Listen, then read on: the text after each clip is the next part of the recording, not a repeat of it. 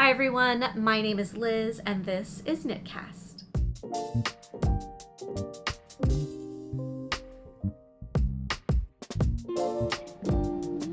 Welcome back to KnitCast everyone. Again, my name is Liz and I am coming to you from Austin, Texas, where I am a crafter,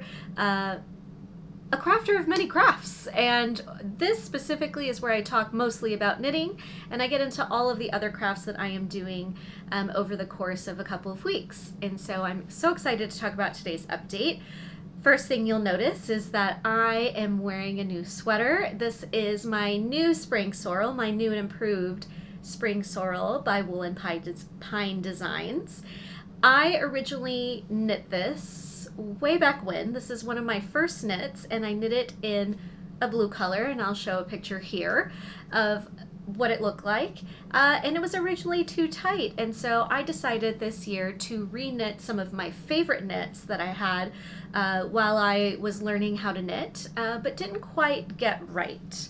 So this is the journey. So I originally with the Spring Sorrel, like I said in the previous episode, it was a little too tight, a little too itchy. I didn't have gauge, and it needed to be a little longer. I wanted to wear it some more. Oh, my dog is laying right underneath the tripod. I hope she doesn't see a cat because she'll knock it down. So anyway, now I have, I've learned a lot over the years on learning about gauge, learning about other yarns, learning about knitting needles.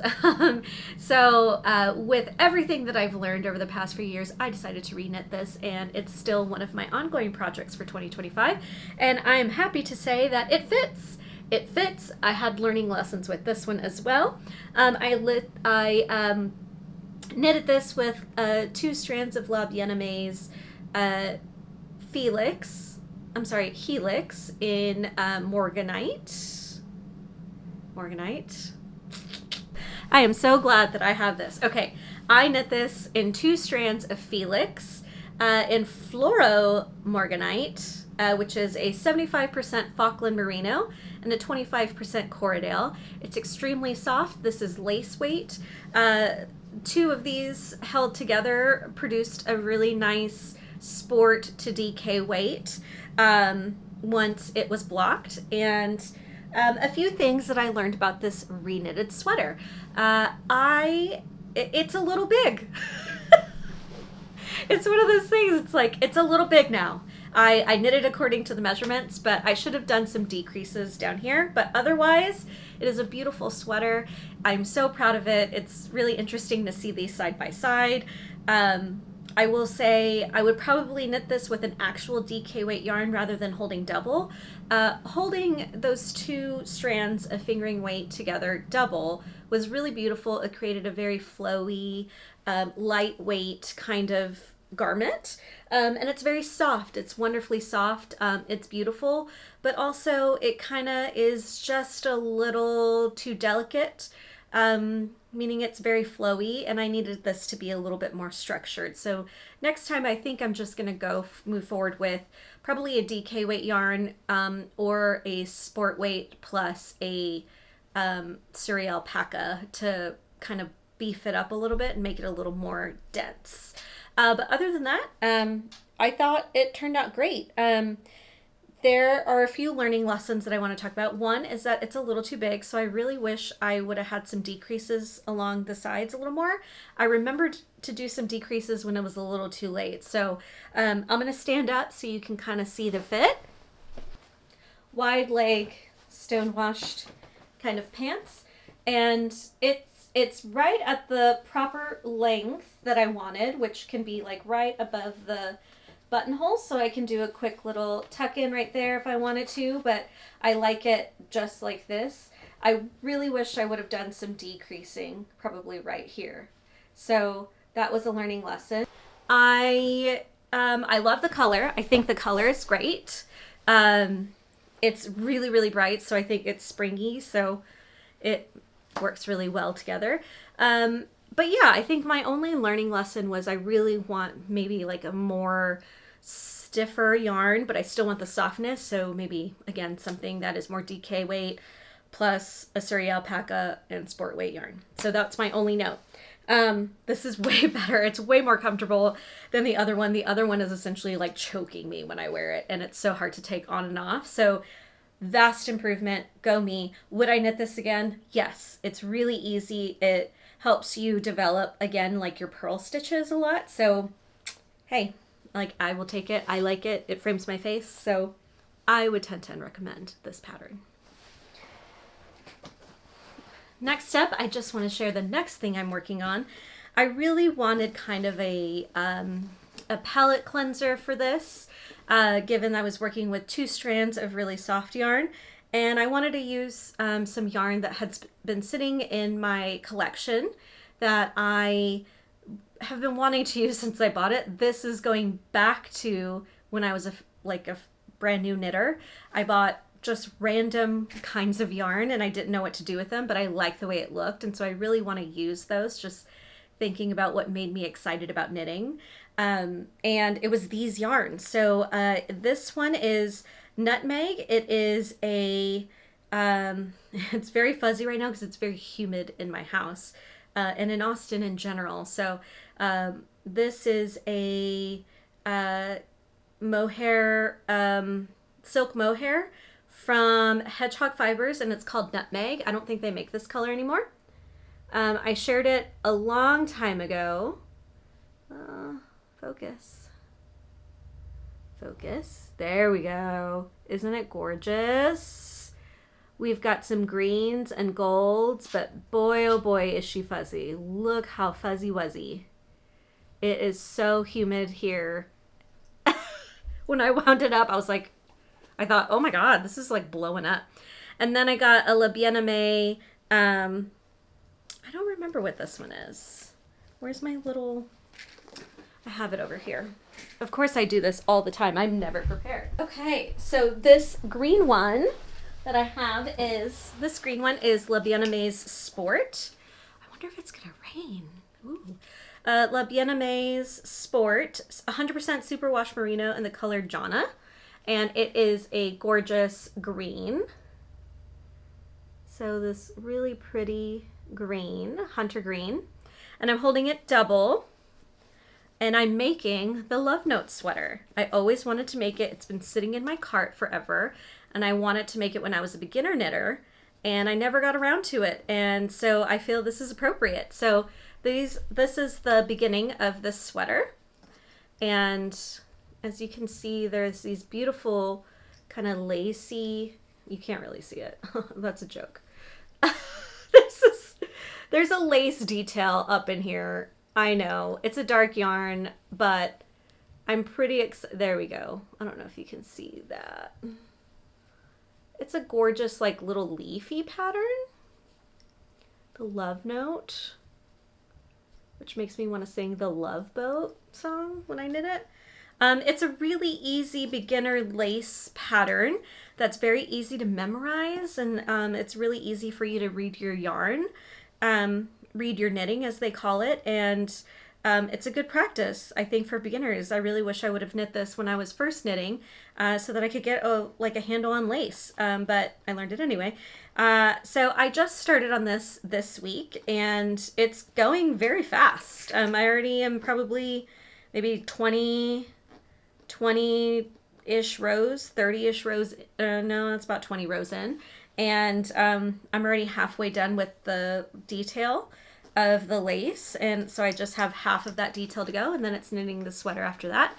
I was thinking of making it short sleeve rather than long sleeve, but we will see how that goes. I only have 2 of these left, and I'm sorry, this and another one. I do have a different kind of kid mohair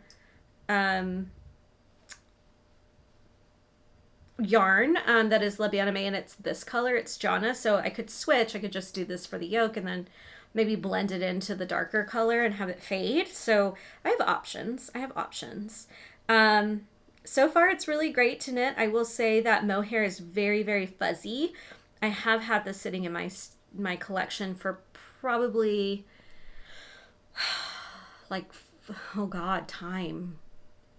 what is it, 6 years, which is 7 years. That's how long I've been knitting. That's insane. No, yeah, 6 years, 2018, 2019. Whatever, 6 years. Anyway, moving on. I'm great. I'm aging quite nicely, shall I say. I don't care. Okay, and that's all I have for knitting, is just really just going with the flow. I'm looking at my knit collection that's over on my desk, and it's just bursting with inspiration, and I can't wait to just keep knitting all summer. I have all of these summer yarns to get through. I really want to knit a shawl. I saw Stephen West's new shawl pattern that came out, which I think it's like a brioche wavy kind of scarf blanket thing. I always wanted like a Lenny Kravitz kind of situation where he has that huge freaking scarf that goes all the way down to the ground. I think I want that with all my scrap yarns. I think I'm going to do that. And it's going to be an ongoing like palette cleanser for me, because they're coming little, like you could do a brioche section, another brioche section, another brioche section. So let me pull that up. It's Stephen West, which is West Knits, which, by the way, him and his team have been really blowing me away with their yarn along, which is like camp themed, which is very Wes Anderson, which is very me. I freaking love Wes Anderson. So, yeah, here is it's called the Brioche Ripple Wrap. And he is so charming. Look how cute he is. Like, get out of here. Look at that. And this is the video for it. Look how fun that is. Work it. He is just amazing. And I will get to go see Wes Knits in August when I go to the Grocery Girls Knitting Cruise Extravaganza this summer, which I have been planning for 2 years, and it's crazy that it's already here. I can't believe I get to go. I'm taking my husband with me, which will be a very, very fun adventure. He is learning how to knit, which is the most adorable thing. He will get there. I personally feel like people are going to think, hey, who's Joel's wife again who has that podcast? My husband is the most adorable person. Everyone's going to fall in love with him. I can't wait. If you're going on the Grocery Girls Knit Cruise, let me know so we can just like meet up. I plan to maybe go to Amsterdam early and hang out there, and then the cruise ends in Switzerland, and we're going to hang out over there, because when in Switzerland, you hike and you go do fun things. You go sit in nature. And yeah, I've been waiting for this for 2 years. It's crazy to think that it's already here. And yeah, it's crazy. Crazy to think. Wow, wow, wow, how time flies. In my last podcast, I talked about showing more of my work, my stained glass work. People were interested in seeing that. Maybe one person, but it's a person. Hey, you know, if you're interested in seeing things, let me know, because I'm happy to share, because I have nobody else to share with. And I just got a Cricut. A very, very incidental way of, like, accidental way of getting a Cricut, and I got one, and it is a Cricut Joy Extra, so it's the smaller one that doesn't have a lot of parts to it. I think it has like one little cutting tool to it. I'm still learning all about it, as a pen tool and a cutting tool, and I have been just loving it. I've been, you know, the Cricut, it comes with like templates that you can use and wording. And of course me, I'm like, I don't like any of those that are already there. I just want to make my own and make it harder for myself to make something. So I have been getting into Adobe Illustrator, and also I work a lot in Canva with photo editing and just overall graphic things. And I'm not a graphic designer by any means. I am not trained. I just learn things as I go. I watch a lot of YouTube. That's how I learned how to knit. And yeah, so I've been making my own files to cut in the Cricut. And so one of the first things that I wanted to do was create this kind of fun, oh, I need a background for this, kind of like silhouette cutout of photos to make into shadow boxes. And so I created one of myself, which looks like this. I'm missing an arm, but that's totally fine. You get it. And then I made another one of myself because I wanted to overachieve with like different shapes.